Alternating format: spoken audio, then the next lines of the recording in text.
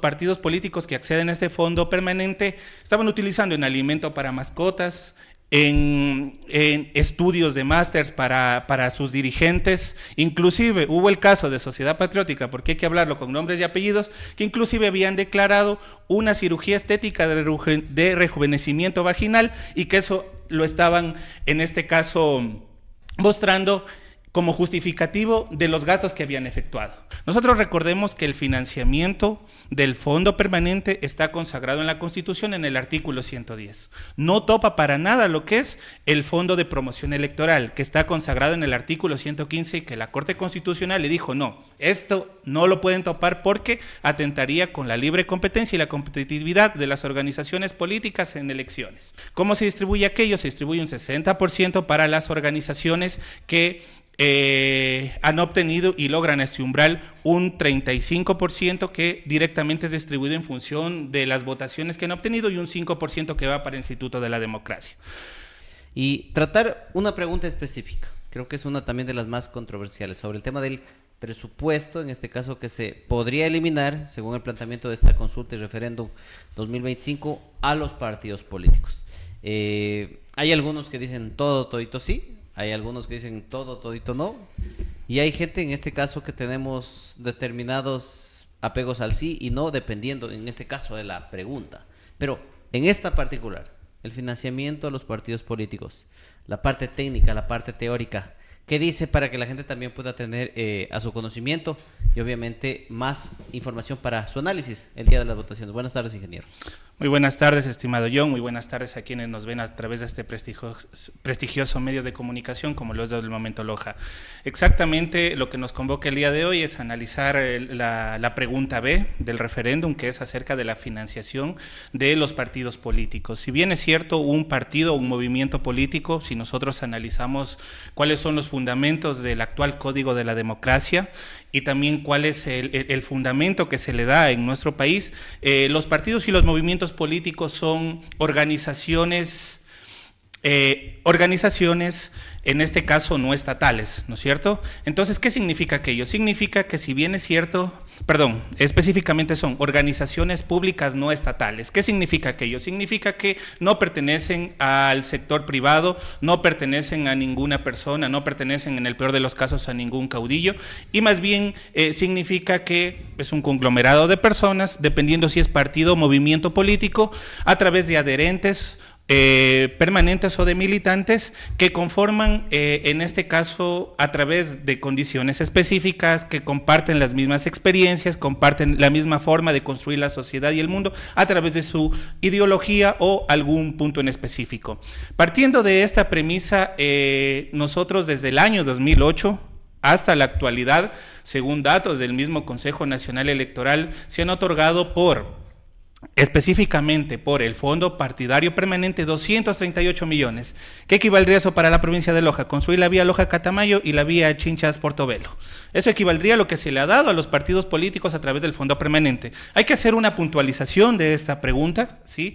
Porque no podemos estar hablando, como tú mismo lo dijiste al inicio, a lo loco, dispersar todo el discurso, decir todo sí, todo no, porque cada pregunta, cada parte tiene su propia particularidad, ¿sí? Pueden ser de enganche, pueden tener una connotación, lo que sea, pero sin embargo, específicamente lo que estamos hablando el día de hoy tiene su particularidad.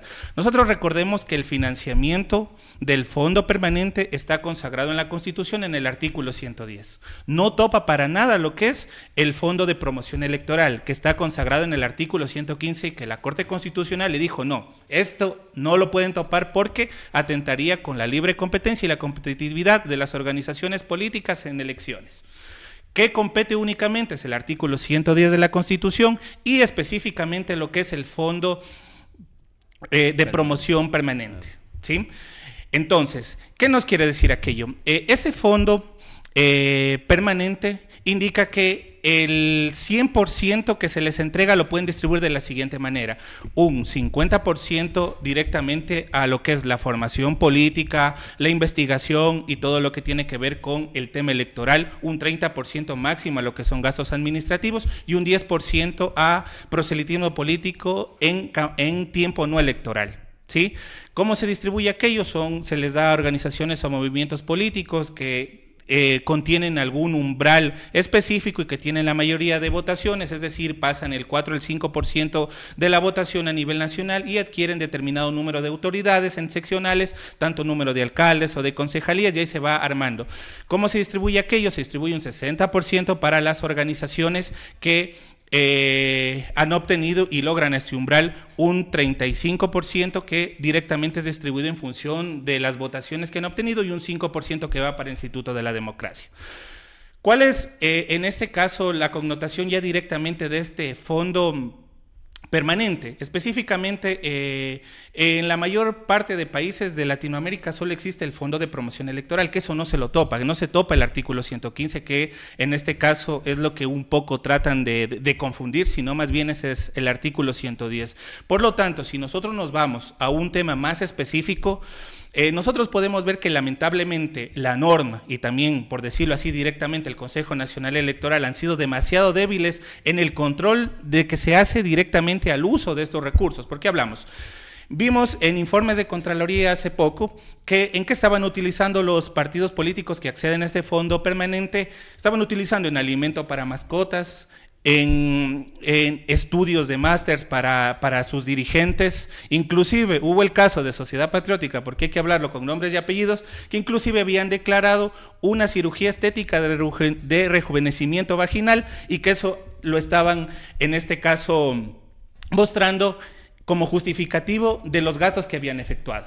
Entonces, eso empieza a minar la confianza que tienen hacia las instituciones y debería haber un cambio nuevo. En esa pregunta en específica podremos decir que es correcto lo que está tratando de implementar el gobierno directamente de minar, porque directamente nosotros también hagamos el siguiente ejercicio. Se supone que una organización o un partido político no puede estar melando siempre del Estado, no podemos estar desde ese punto paternalista hacia los Estados. Se supone que si tienen más apoyo, directamente obtendrán más donaciones y obtendrán más recursos directamente de cada uno de sus adherentes o de sus militantes. No así, en cambio, los que no tienen. Nosotros recordemos que la mayor parte de partidos o movimientos políticos, en la última elección tuvimos 17 partidos o movimientos políticos, de los cuales solo 4 sobrepasaban el umbral y 12, según las reglas electorales, deberían desaparecer. En este sentido, ¿qué haría un partido o un movimiento político que obtuvo menos del 0.5 de la votación nacional y que quiere un fondo permanente que son millones de dólares? Entonces, siempre entrando este tema a la institucionalidad y a la confianza ciudadana, creo que el tratar de mantener que los partidos políticos se sigan sustentando por parte del Estado para actividades propias, yo creo que sí pone en riesgo a la democracia y sí genera problemas de competencia y de competitividad, porque solo acceden los partidos y los movimientos nacionales. Ya, justamente ahí le interrumpo en este caso, ingeniero, a ver, porque existe una confusión. Una cosa es el fondo permanente, el recurso permanente que le llegan a los partidos políticos, y no es a todos. Es a un grupo de partidos determinados. En este caso ya se lo voy a preguntar para que usted mismo lo pueda decir, porque usted es en este caso nuestro invitado.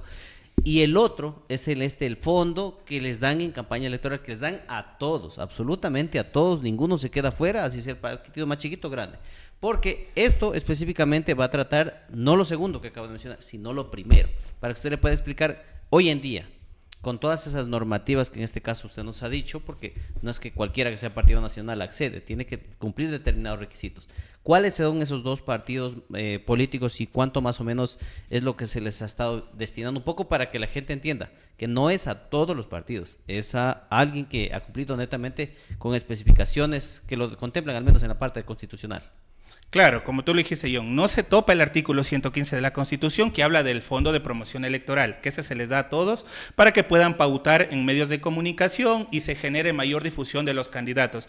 Que hay que perfeccionar ese tema, hay que perfeccionarlo, porque desde que nace, desde lo que aprueba el CNE hasta lo que les pagan a los medios de comunicación año y medio, 2 años después, prácticamente hay que perfeccionarlo. No es perfecto, pero sin embargo eso no se lo topa. Lo que se topa es el artículo 110 de la Constitución que habla sobre el fondo permanente. Este fondo permanente, como ya lo comenté anteriormente, se reparte entre las fuerzas políticas que tienen un umbral mayor al 4% de votación a nivel nacional o que en elecciones seccionales hayan alcanzado por lo menos el 10% de autoridades a nivel seccional. Nacional. ¿Cómo se reparte aquello? Bien, hay una parte que es el financiamiento que da el Estado central, es decir, son recursos públicos puros, y en el otro caso son que vienen provenientes de multas por parte del CNE, por ejemplo, de personas que no se han ido a votar, no se han presentado en mesa, y directamente esto es lo que se distribuye. ¿Cuáles han sido los partidos más beneficiados, en este lapso? Como ya lo hablé anteriormente, 238 millones de dólares se han otorgado desde el año 2008 hasta el año 2025 por este fondo permanente. ¿Cuáles han sido a los partidos que más se les ha entregado? Movimiento, que fue en su momento Alianza País, actualmente Revolución Ciudadana, también se le ha entregado al Movimiento Creo, Suma, Pachacutic, que han sido los que mayor periodo de vida han tenido. Han existido nuevos partidos que, por ejemplo, han sido ADN, pero ADN todavía necesita otra elección para que le podrían dar este fondo, y otros partidos. ¿A quienes no se los da? Por ejemplo, puede haber partidos cantonales o provinciales que tengan mucho éxito, que inclusive puedan arrasar en elecciones, pero por las condiciones de cómo está configurado el código de la democracia, no acceden. ¿Sí? No hay incentivo para los movimientos provinciales, ni cantonales, ni parroquiales que puedan acceder a este fondo permanente por más muy buena estrategia que tengan y muy buenos resultados hayan alcanzado, ¿sí? Por lo tanto, sí se empiezan a generar distorsiones en el ámbito y en el espectro territorial y en el ámbito de la competencia y la competitividad electoral. Le pongo un ejemplo.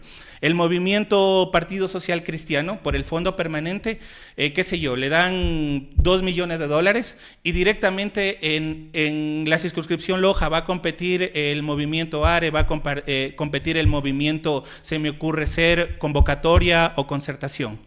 Y directamente no van a poder competir económicamente en las mismas condiciones porque el Partido Social Cristiano u otro partido que accede a estos fondos ya tiene un flujo de dinero directamente para hacer la promoción electoral, entre comillas, para hacer en este caso la investigación, para hacer eventos, para gastos administrativos, que no los van a tener los movimientos, ni en este caso los movimientos locales. Entonces sí se genera distorsión en este ámbito específico de esta pregunta, que a mí al menos al parecer me parece correcto cómo se lo está llevando y cómo se la planteado. Muy bien, en este caso, ingeniero, quiero dejarle también su mensaje para que le pueda llamar a la gente para que se concientice. Estos espacios, o sea, independientemente de quién promueva el sí o no, estamos intentando generar este anclaje de respuestas, porque la gente lo que necesita es respuestas. Muchas de las personas que se les va a consultar, yo lo digo hasta la semana pasada, que nosotros hicimos una especie de sondeo aquí en la ciudad de Loja, aquí mismo en el centro de la ciudad. Hay personas que no tienen ni idea de lo que contiene la consulta, no tienen idea de cuántas preguntas hay, y eso es terrible, porque no podemos ir a votar sí por votar porque sí, y no podemos ir a votar no porque sí hay que votar que no, o sea, eso es gravísimo. Sin embargo, pues bueno, estamos en el Ecuador. Su mensaje final para llamar a la reflexión, porque de eso mismo se trata, que una vez entendido el asunto, pues bueno, tomen una decisión bastante libre en lo que ellos consideran necesario para el país. Su mensaje final, ingeniero. Muy bien, directamente, independientemente de la corriente ideológica, porque es muy legítimo cualquiera de las dos posturas y cómo se quieran, en este caso, expresar hacia las personas o el mensaje que quieran difundir. Sin embargo, creo que lo debemos hacer de una manera responsable y como tú, John, muy bien lo dijiste, el voto consciente es lo mejor que podemos entregar a la sociedad, sea que acertemos o nos equivoquemos en cada una de las decisiones que vayamos a tomar, en este caso como votantes. ¿Cuál sería el mensaje a la ciudadanía? Que en este caso se inteligencie bien acerca de cuáles son las 3 preguntas del referéndum y la pregunta de la consulta popular, que lea detenidamente los anexos y ver específicamente a qué atañe y específicamente ¿cuáles son los puntos nodales que se irían hacia referéndum o que se vota hacia la consulta popular? Muchas de las veces, si bien es cierto, estamos en la era de la información, pero es la era donde estamos más desinformados, ¿sí? Ahora ya no se trata más bien de temas sentimentales ni de temas de posicionamiento o de decisiones, sino más bien del tema de las realidades que nos piensan o nos intentan implementar. En este sentido, estimada ciudadanía, la invitación a que lean bien, en este caso, las preguntas y los respectivos anexos, a no entregar ni cheques en blanco, ni tampoco a oponernos o a decir sí únicamente por la corriente o por el fenómeno del momento. Yo creo que sí podemos tener tendencia a ser un poco más críticos, a ser un poco más técnicos y más bien a identificar qué es lo que nos están planteando. Habrán otro tipo de preguntas que, por ejemplo, tal vez la respuesta tajantemente sea no, y es muy legítimo que sea así, pero en los casos puntuales sí, a establecer un voto consciente e informado. Es muy fácil acceder a las páginas del CNE u a otras páginas y poder especificar y poder ver de qué se trata cada una de estas preguntas para no tener ningún problema. Y también para de aquí a no arrepentirnos de cuáles serían los resultados que directamente nos impondrán de aquí en el corto y el mediano plazo.